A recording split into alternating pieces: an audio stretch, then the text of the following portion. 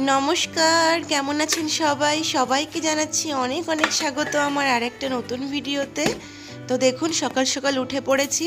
আর আজকে হচ্ছে আদিবাবুর সামার ভ্যাকেশনের আগে লাস্ট স্কুল। এরপর স্কুল 1.5 মাস ছুটি পড়ে যাবে। তো আমি আদিকে টিফিন দিচ্ছিলাম, ওকে দিচ্ছিলাম একটু নাগেটস, ফ্রুটস আর স্যান্ডউইচ বানিয়েছি, চিকেন স্যান্ডউইচ, সেটাই দিলাম ওকে।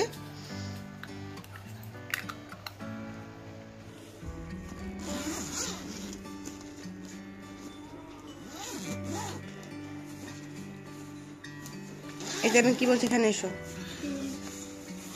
ওই যে চকলেটের প্যাকেট, এদিকে এসো। ওই যে দু বক্স চকলেট। হ্যাঁ, আর এটা হচ্ছে তোমার টিফিন বক্স। তাকা একটু এদিকে। ওইটা গিয়ে ম্যামকে দিবি। হ্যাঁ, শারমি ম্যামকে। ম্যাম সবাইকে ডিস্ট্রিবিউট করে দেবে। আর হচ্ছে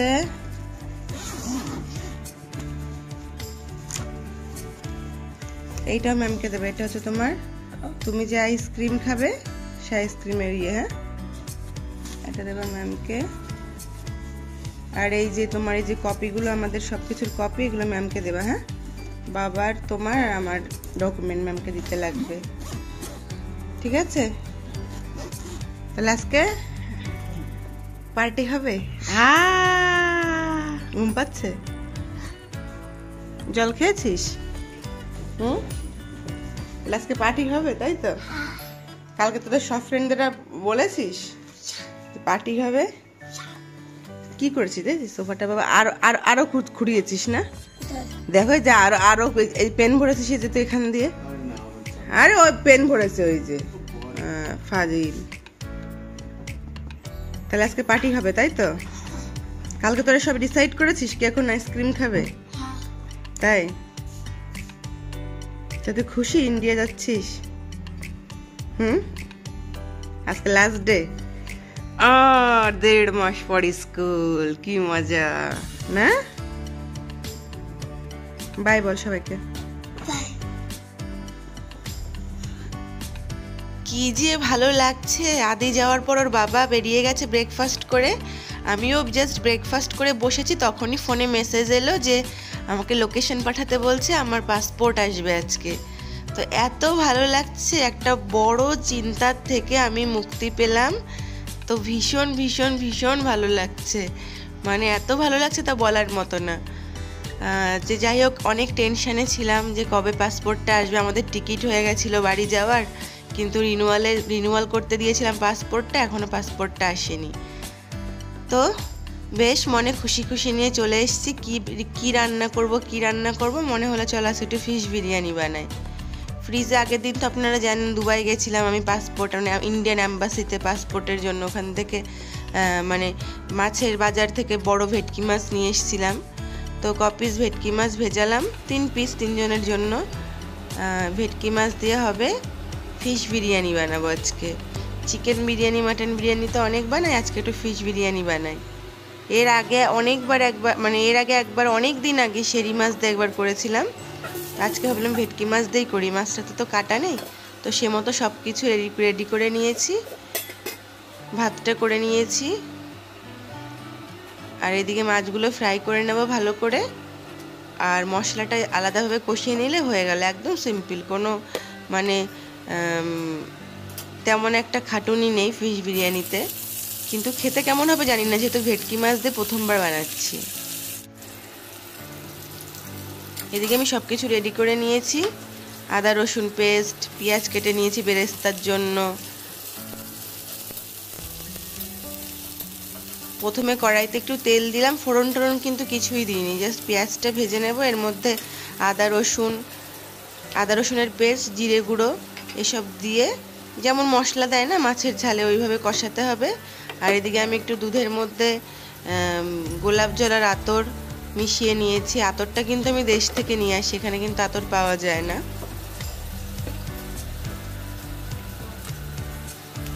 আর এই কেশরের ডিব্বাটা না বেঁচে গেছে আমার প্রেগনেন্সি টাইমে।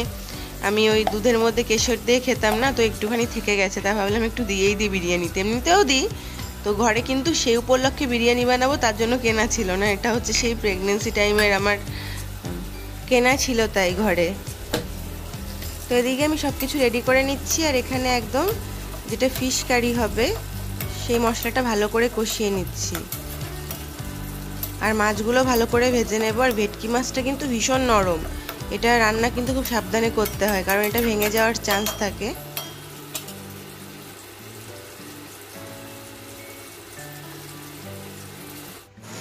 এই রান্নাটার মূল বিষয়টা কি বলুন তো, এই মশলাটাকে ভালোভাবে কষিয়ে নিতে হবে, মানে ভীষণ ভালোভাবে। কারণ আমরা চিকেন বিরিয়ানিতে পরে চিকেনটা মশলা দিয়ে কষাচ্ছি, মাটনে সেম তাই করছি, কিন্তু ফিশে তো তা হচ্ছে না।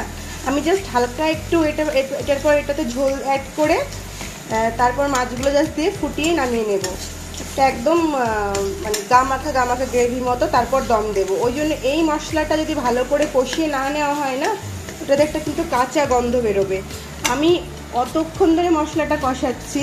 আমার এখানে ফিশ ফ্রাই হয়ে গেল, খুব সুন্দরভাবে ভেটকি মাছগুলো ভেজে নিয়েছি।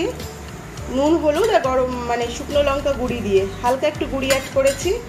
আর এবার আমি বেরেস্তাগুলো ভেজে নেব, এই যে পেঁয়াজ বেরেস্তাগুলো, কারণ যখন বিরিয়ানি না একটু বেরেস্তা না হলে কিন্তু ভালো লাগবে না।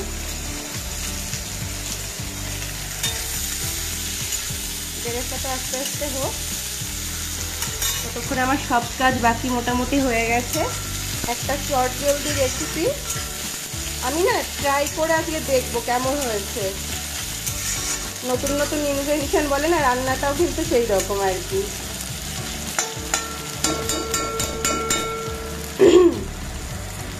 ডেঙ্গুরিয়ে এখনো আছে। এই দেখুন মশলাটা কত সুন্দরভাবে কষা হয়ে গেছে। তেল আমি একদম কম দিয়েছিলাম, যার জন্য তেলটা তো বোঝা যাচ্ছে না, কারণ আমি বিরিয়ানিতে ঘি দেবো, তার জন্য তেলটাতে কম দিয়েছি আমি। আর এখানে তো বললাম, এখানে আমি সব কিছু মানে নিয়ে নিয়েছি দুধের সাথে, ওই কি বলে আপনার আতর, আর হচ্ছে কেশর, আর দুধ, আর হচ্ছে গোলাপ জল। ওটাতে কেওড়া জলটা শেষ হয়ে গেছে, দেশ থেকে আনতে হবে। দুবাইতে কেওড়া জল আমি এখনো কোনো মার্কেটে পাইনি, পাওয়া যায় কিনা বলতে পারবো না, আমি আজ অব্দি দেখিনি, 10 বছর হয়ে গেল। আর এই যে 3 টুকরো আলু ভেজে নিয়ে নিয়েছি, কারণ বাঙালি তো, বিরিয়ানিতে আবার আলু না হলে ভালো লাগবে না। আর এখানে হচ্ছে রাইসটা তো কমপ্লিট আগেই দেখালাম। রাইসটা দিয়ে একটা ভীষণ সুন্দর মানে স্মেল বেরোচ্ছে। এই যে আমি এতে ওই বড় এলাচ ফেলাচ সব অ্যাড করেছি। এবার একটু জল অ্যাড করে দিই, গরম জল আমি আগেই করে নিয়েছি।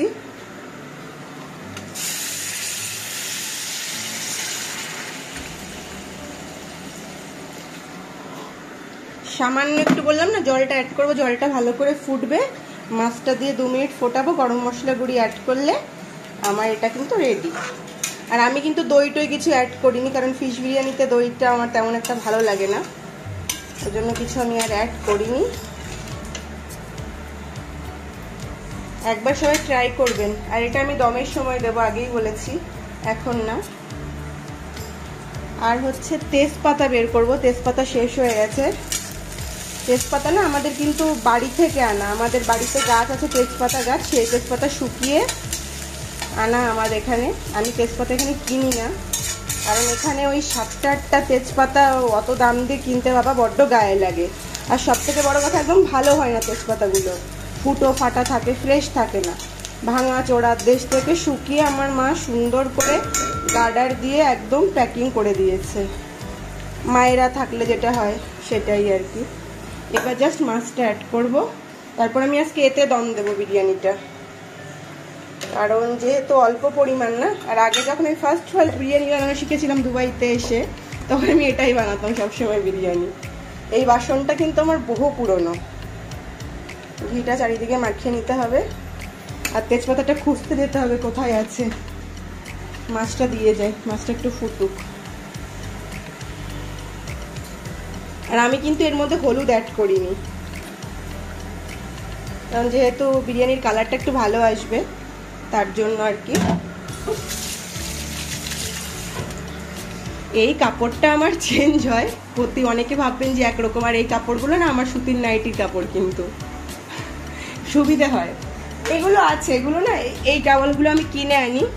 এই যে টাওয়ালগুলো সুন্দর সুন্দর কিচেন টাওয়ালগুলো আমার থাকে, কিন্তু ওই বলে না যে অভ্যাস, আরও ঘরে আছে, এখানে দুটো বের করে আরও আছে, কিন্তু আমার জানি না কেন ওই নাইটির ন্যাকড়া এগুলোই আমার মনে হয় বেশি ভালো হয় ধরতে।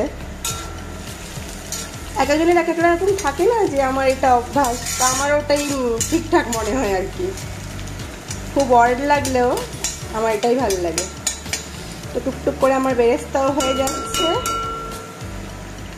রান্না মোটামুটি আমার শেষের পর্যায়ে। এরপর শুধু জাস্ট দমে দেবো বিরিয়ানিটা।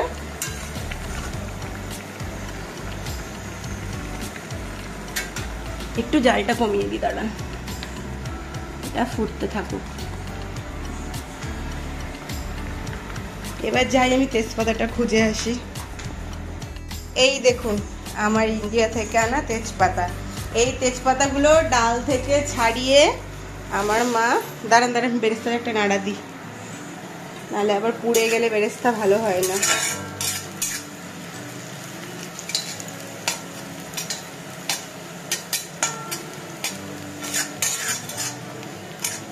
এটা হয়ে যাবে, আর মিনিট 4 মতো লাগবে। এটা হচ্ছে খুব সুন্দর দেখুন। তারপর ডাল থেকে ইয়ে করে কি বলে ছাড়িয়ে ধুয়ে শুকিয়ে পাঠিয়েছে, নেটের মধ্যে করে শুকায়, নাহলে আবার উঠে টুটে যাবে উঠোনো দিলে। এই দেখুন কি সুন্দর ফ্রেশ ফ্রেশ তেজপাতা। এই তেজপাতা আমি দুবাইতে খুঁজে পাগল হয়ে গেলেও পাবো না, এত সুন্দর সুন্দর তেজপাতা দেখুন। আমার দমের জন্য কটা লাগবে, আর রোজের কিচেনে বের করে রাখতে হবে কারণ শেষ হয়ে গেছে। এই তেজপাতা এখনো বছরখানেক আমার চলে যাবে। মা পাঠিয়েছে এগুলো 1 বছর হয়ে গেছে, যখন বাড়িতে গেলাম অরি হওয়ার পর তারও আগে পাঠিয়েছে, গত বছর। ভেটকি মাছগুলো না একটু সাবধানে নাড়াচাড়া করতে হয়, নাহলে ভেঙে যাওয়ার খুব চান্স থাকে। গন্ধ যা সুন্দর বেরিয়েছে না, একদম পুরো ফাটাফাটি। ফিশের গ্রেভি, ফিশ পুরো রেডি। আর কালারটা দেখুন জাস্ট। এটা কিন্তু কোনো শুকনো লঙ্কা গুঁড়ির কিন্তু কালার নয়, এটা হচ্ছে মানে বা কাশ্মীরি লঙ্কা আমি অ্যাড করিনি, মশলাটাকে আমি কষিয়ে কষিয়ে এরকম কিন্তু কালার করেছি। তো এবার গ্যাসটা অফ করে দেবো কারণ এইটুকু গ্রেভি আমার দরকার। তো এবার দমে দেবো, যেমন করে চিকেন লেয়ারিং করি আমি সেভাবেই করবো আর কি। চিকেন বিরিয়ানি, মটন বিরিয়ানি যেভাবে দম দিই না সেইভাবেই দেব। প্রথমে দেখুন আমি মানে ইয়েটাতে ডেচকিটাকে ভালো করে আমি ঘি মাখিয়ে নিয়েছি। এবার নিচে তেজপাতা দিয়ে দিলাম। আর আমি এতগুলো তেজপাতা দিই কেন, তাহলে তেজপাতার একটা ফ্লেভার আসে। আর নিচে বাই চান্স যদি কোনো রকম একটু ধরে যায় বা লেগে যায় তাহলে বেশ তেজপাতার উপর দিয়েই যায়, বিরিয়ানিতে কিন্তু পোড়া গন্ধ হয় না। তো এটা সবাই ফলো করবেন, এটা কিন্তু ভীষণ একটা ভালো পদ্ধতি। আর তেজপাতার একটা খুব ভালো স্মেল হয়। আর রাইসটা দিয়ে বিশ্বাস করুন এত সুন্দর গন্ধ বেরোচ্ছে, খুব সুন্দর। তো আজকে আমি আলাদাভাবে ঘি আর গরম করে নিইনি, ভাতের সাথে উপরে আমি ঘি দিয়ে দিলাম ডাইরেক্ট। ধনেপাতা, কাঁচা লঙ্কা সব কিছু সাজিয়ে নিচ্ছি। আর এবার মাছগুলো খুব সাবধানে দিয়ে দেবো। এই মাছের গ্রেভিটাই কিন্তু মেইন, এটা কিন্তু অনেকক্ষণ ধরে কষিয়ে কষিয়ে গ্রেভিটাকে সুন্দর করে মানে রেডি করতে হবে। কারণ কি বলুন তো, আমি তো আগেই বললাম আমরা তো চিকেনের সাথে মশলাটাকে কষাই, আবার মটনের সাথেও কষাই, কিন্তু এক্ষেত্রে তো সেটা হয় না। তো সেজন্যই মশলাটা ভালো করে কষাতে হবে।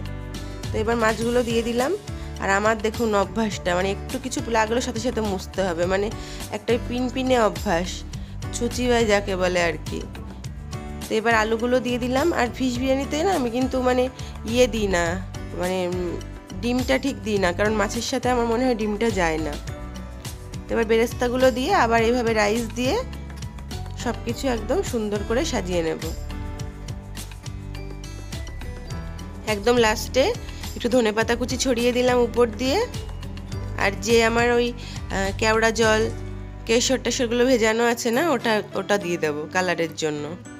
ওটাই তো মেইন বিরিয়ানিতে, যদি ওটাই না দিলাম আর কি দিলাম।